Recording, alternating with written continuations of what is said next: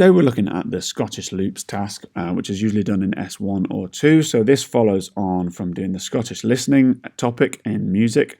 So in your listening lesson, you'll no doubt have covered the 5 different Scottish dances that we usually cover in S1 to 3, and those are waltz, strathspey, jig, march, and reel. So as you'll know, the different dances have different features which define them. They have very different sounds. So, for example, the waltz has 3 beats in a bar and is usually fairly steady. The strathspey has 4 beats in a bar and features Scotch snaps. The jig has 6 beats in a bar. It's a 6/8 time signature, also known as a compound time signature, which has a very bouncy feel to it. And then a march has an even time signature. It's very steady, usually features drums. And last one, a reel, again, even time signature, 2 or 4 beats in a bar and lots of quaver movement, generally a little bit quicker and feels quite busy. Your first step in the task is to use loops on your desktop to create the basis of a track. So it must match one of the Scottish dances as closely as possible. It should last between 30 and 60 seconds and combine use of different instruments. And it can be helpful when you're doing this to think about how you're going to structure your track by maybe planning out a verse and a chorus section, or maybe you want a major and a minor section. So those can be interesting things to think about how you would like to structure your piece. Step 2, once you've finished that, you'll use notes of the pentatonic scale seen below. So we've got C, D, E, G, and A. And you'll use those notes on one of the Midi keyboards, and you'll be able to play in an additional part to your piece that you've got so far. So this might be a melody, a counter melody, or maybe a bass line. So depending on what you've built up so far using the loops that you've managed to drag into your project, you can be the judge as to what else you think is to be added in. The skills that you demonstrate as part of this project are the ability to set up and operate your logic project correctly, always remembering to save your work. Don't forget, the computers tend to be slightly older now, so they can crash from time to time, so make sure you're saving regularly using Command and S. Choose loops that complement each other. So, for example, if you've got a major loop and you put a minor loop over the top of it, that's probably not going to sound great. So choose ones that sound nice. Set up and operate your Midi keyboard correctly. Your teacher will show you how to do that.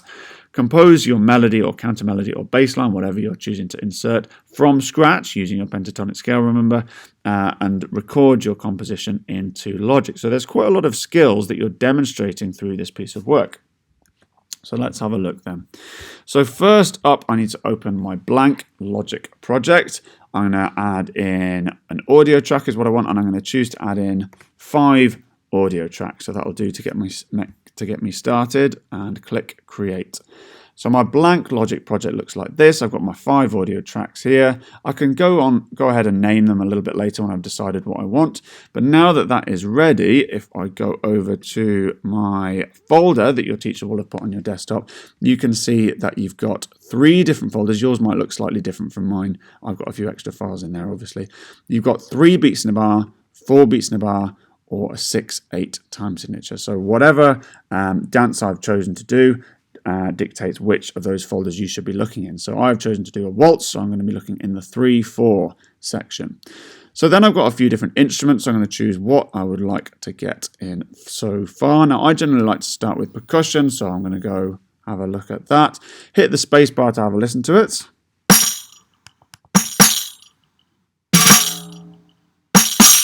That'll do, sounds quite nice. So I'm going to just drag in perk 1. There we go. Yes, so click import. There we go. So I've got 3 bars, or is that? Yeah, so 3 bars of that rhythm.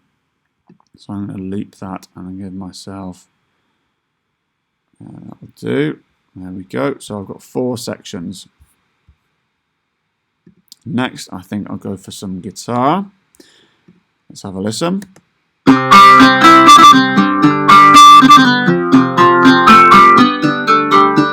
That'll do, so I can drag that in. Now maybe I don't want it to start right at the same time, maybe I want it to start slightly later. So I could start with the drum introduction, for example, and then maybe have my guitar coming in slightly after. So again, just going to the top right hand corner, which I'm trying to do, it's not quite letting me. There we go. So top right hand corner of your region will let you loop that. So I'm going to drag that so that matches my percussion part. So it sounds like I've got a tambourine there. Next, what do I want? Next, I'm going to go for, I think, maybe a bit of harp might be nice.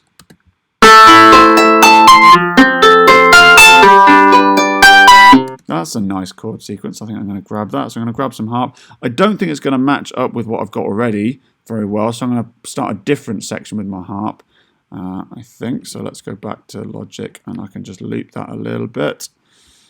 There we go. I think I'll have 2 sections of that, 2 repetitions. Back to my loops again, and let's just have a look in the whistle folder.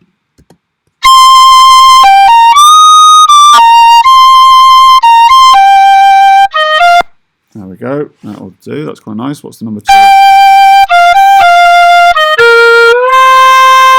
Nice. Okay, so I'm going to have, I think, start a new section over here. So each time I bring in another instrument, a new instrument, I need to make sure it's on a new track, so I'm not duplicating up. The fact that I could have whistle 1 and whistle 2 on the same track, one after the other, but I don't want to have whistle 1 on the same track as harp 1, for example. So make sure I keep those separate. And then I think I'm going to have a bit more percussion. So go back to percussion. What's perc 2 like? Pretty similar. Oh, that's nice. Okay, I'll have a little bit of a shaker in there, so I'll maybe bring that and put that over my whistle section. There we go. So top right-hand corner of the region, remember, and it gives you that little loop-the-loop. You can see that my mouse has changed to a little loop-the-loop icon there, and that allows me to just drag it for as long or as short as I want. So far, bit of a quiet introduction.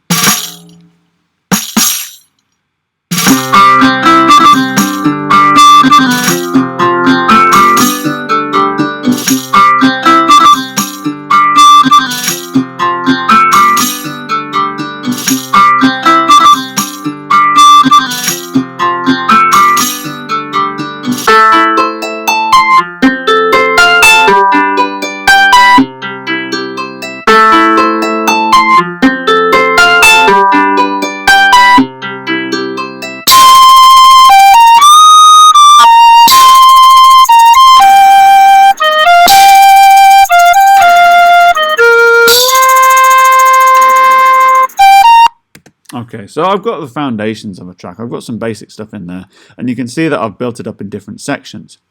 My next step is going to be to add in some Midi, which means that I can choose what instruments and compose my own parts to add into it next.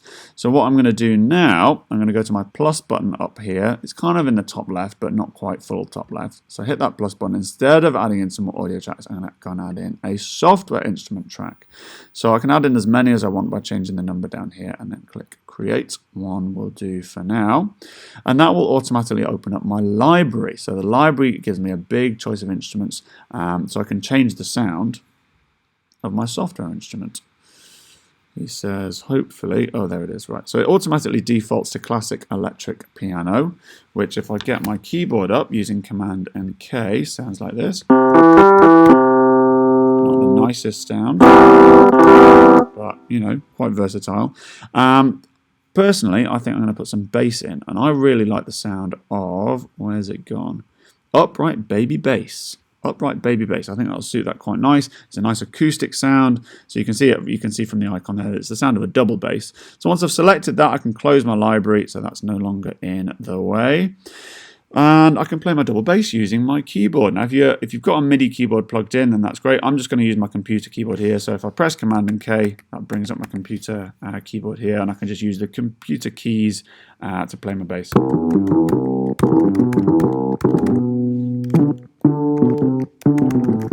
Etc. Okay, hopefully you can hear that.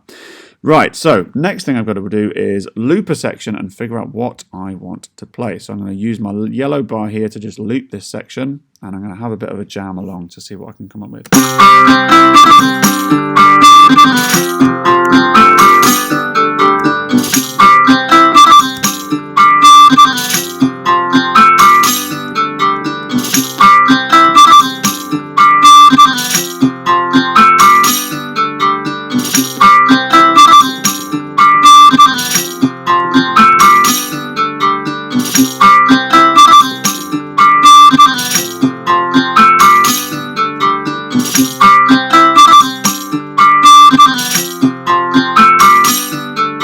Okay, all right, so what I'm looking for...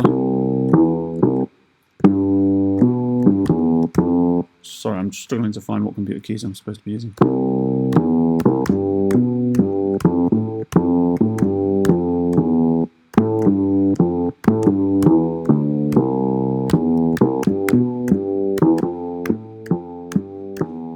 Something like that I think will go along quite nicely. So when I've come up with it, and I'll probably forget it as soon as I try and record now, I put my playhead in position, so I want to record just at the start of where my guitar is coming in there.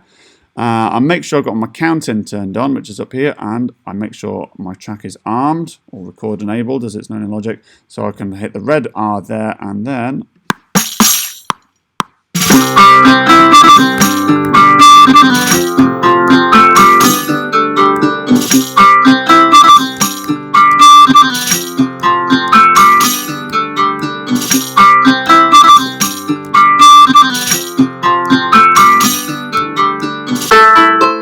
there we go. Okay, so I mucked up quite a lot there, but as you can see, it's recorded in my notes. So each one of these little lines is a note. So I'm going to double click on that, and it means that I can then go in and edit those. So the final thing I'm going to do is, if I do Command A to select all of those, and you can see that they're highlighted now. If I go over here and hit the little Q button, you should see them jump so that they snap to the beat, so that they're all of a sudden perfectly in time with the rest of my loops. There we go. So hopefully you saw those move ever so slightly. It doesn't always do it perfectly, but it can be pretty helpful just making sure that if you've made a few mistakes like I did there, it just means that they're a little bit more in time. You can also obviously add any notes in or delete any notes if you want to edit it that way. So I can, for example, select this note and just hit backspace to delete it. Right. Okay. So that's enough messing about with that. Let's get rid of that. I'm going to close down this project as an example and show you one that I did earlier. So if I just go back to this one, so this is my demo waltz that I've not quite finished, but it's certainly a lot further on. Let's skip that. So here's my demo project. I'm just going to tidy this up a little bit so I can drag that away, for example. Where are we? There we go, close my library, and there you can see what I've got there. So I've got a guitar, I've got some percussion in there, there's a slightly different percussion in there with some harp.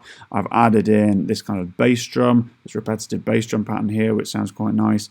Whistle, and then guitar and percussion again to finish.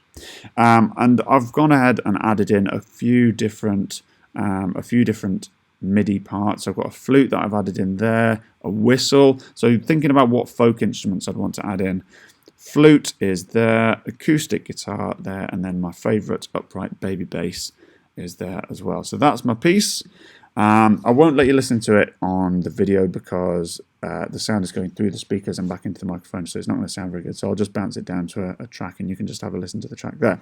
But that is what my finished project looks like. So there you go. Right, enjoy. Hope you have a good time with this task.